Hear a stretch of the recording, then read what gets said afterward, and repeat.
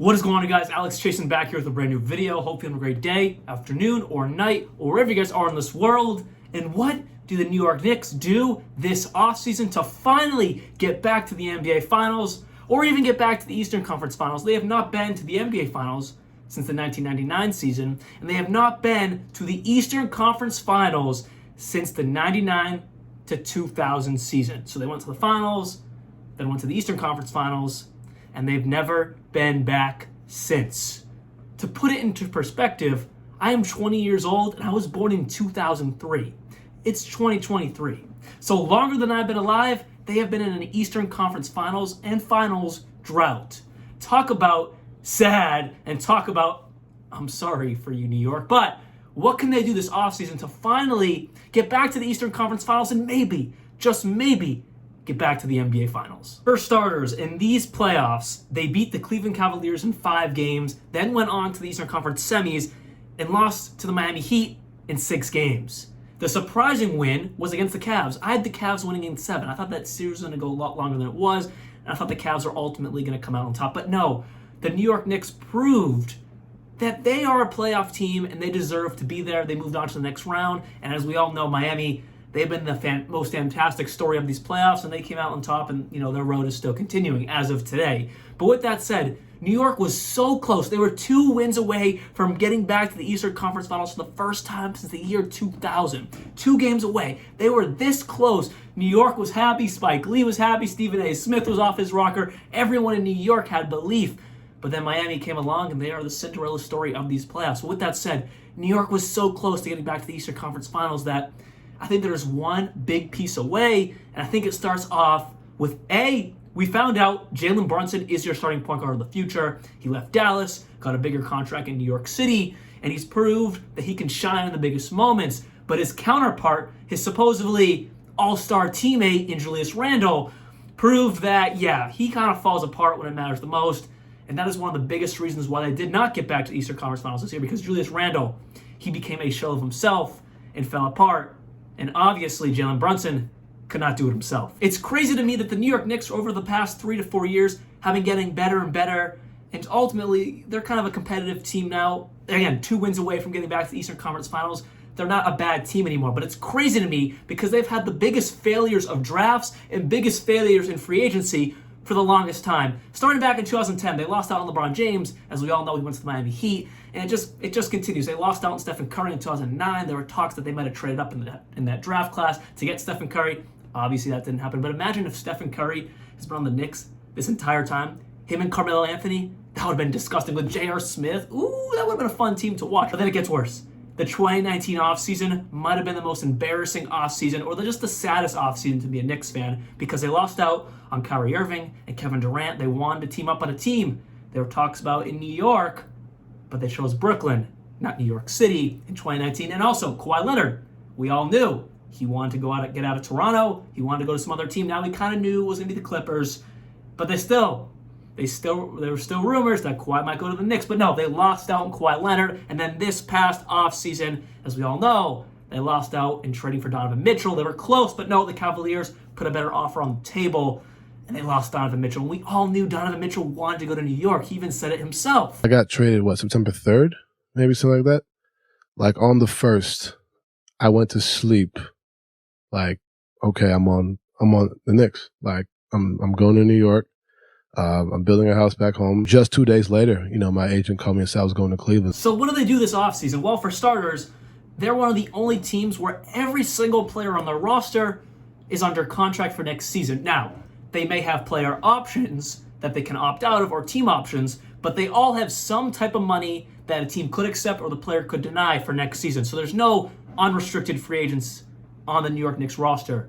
So with that said, that allows them to make some trades. That allows them to have a lot of assets for a big name, which I'll get to in a second. But for starters, the one piece that's probably going to be a free agent this summer is Josh Hart, because he has a $13 million player option that he's obviously going to deny because he can get more money on the open market. Now, I would love to see the Knicks try to re-sign Josh Hart.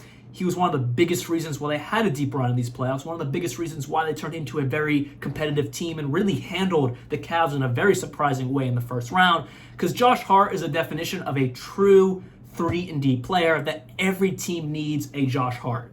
He also played with Jalen Brunson in college, so that chemistry was already there. Before I get into a trade I'd like to see this summer for the New York Knicks, can we just get Derrick Rose, please, back to Chicago? He's making $15 million next year.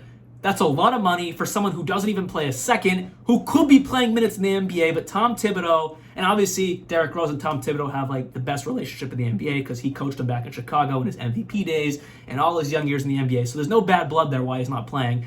Tom Thibodeau just likes to play the young guys and wants to see them play, and obviously it worked out. And Derrick Rose has really accepted being the veteran leader on the team. But with that said, this man can get minutes. Now, everyone needs veteran leaders on the roster, but I think they could figure out a different way to do that. And let's just get Derrick Rose back to Chicago. That should be our priority this summer. Unless you're going to play the man, which you're probably not, let's get Derrick Rose back to Chicago and let him finish off his career there. So what trade do I want to see this summer for the New York Knicks? Well, I want to see them try to get Karl-Anthony Towns. Now, there's been no confirmed sources or major news outlets confirming Cat is disgruntled in Minnesota, but there is no question this is turning into Anthony Edwards' team. On top of that, the Rudy Gobert trade, I believe, sets up this Timberwolves team for years of struggling to come because they have no assets, picks, they have no draft picks. They traded, 6 first-round picks to get Rudy Gobert? Too many picks to get someone who had a terrible season last year, who was supposed to be one of the best defensive players in the NBA, did not do that. And then if you're not playing great defense, he provides nothing at all because his offense is just not good either. And also on top of that, he just clogs the paint for Cat and Anthony Edwards.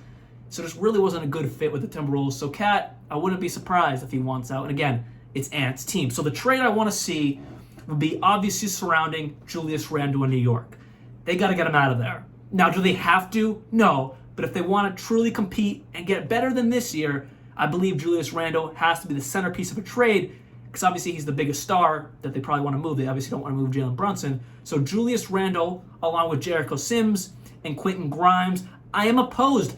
If you asked me this 2 months ago, I wouldn't have been, but I am now opposed to trading Emmanuel quickly because I think he proved that he can be a true sixth man in this league, if not a starting shooting guard in the NBA. So he's also up for an extension this summer, for a rookie extension.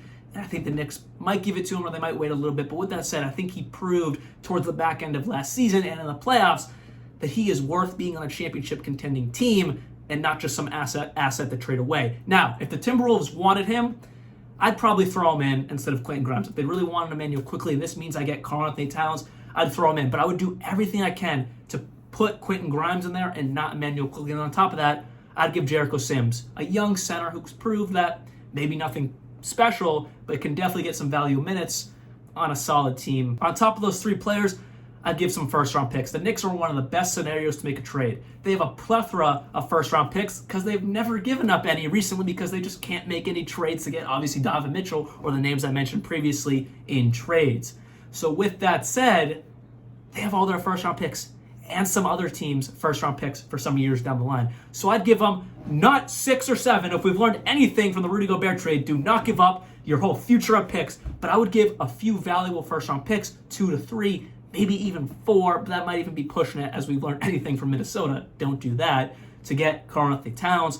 And imagine that Knicks roster. Let's run through their possible starting 5. Jalen Brunson at point guard.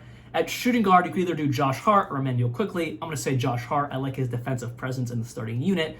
And then at small forward, RJ Barrett, who hasn't even come up today, but a very, very promising player who hasn't quite reached his peak, I don't think yet. He's been kind of underwhelming, but he's still averaging 20 points per game, and I think he has another level he can possibly get to. So RJ at the 3. At the 4, that's where I put Cat. Because as you heard, I never mentioned trading Mitchell Robinson. I think Karl-Anthony Towns, or I know Karl-Anthony Towns, he's not afraid to say it, he does not like to play the center position. That's why the Timberwolves got Rudy Gobert to try to calm Cat's qualms and then have Rudy play down low and bang around with the big guys. So Cat would be at the 4, and then at the center, you'd have Mitchell Robinson, who has no problem banging down low, and it's obviously a very good physical player. And off the bench, you have Emmanuel Quickly. Now that is a team that can compete for a championship, or for starters, at least get back to the Eastern Conference Finals. That is all I have for you guys today. Hope you guys did enjoy this video. Now, the chances of this trade happening, I think there's a good possibility. Now, I'm not positive, but I'm pretty sure Julius Randle is going to be moved this summer because I think the Knicks have had it with his just underwhelming performances when it matters the most. and not just being good in the regular season. He has to be good in the playoffs, and he just hasn't been for them. And the Knicks want to win. They haven't won in the longest time. They haven't been back to the Eastern Conference Finals or the Finals since the year 2000 and 1999. So I think it's time to push that aside and finally get back and finally make a big trade. They've just really never been able to do it in my lifetime, to make a big trade for a star. And I think Karl-Anthony Towns is a piece they're missing. And if you can give them Julius Randle, that's not bad for them. I think it's Anthony Edwards' team. He's proved that that is Ant's team. He is a future top 5 player in this league, no question.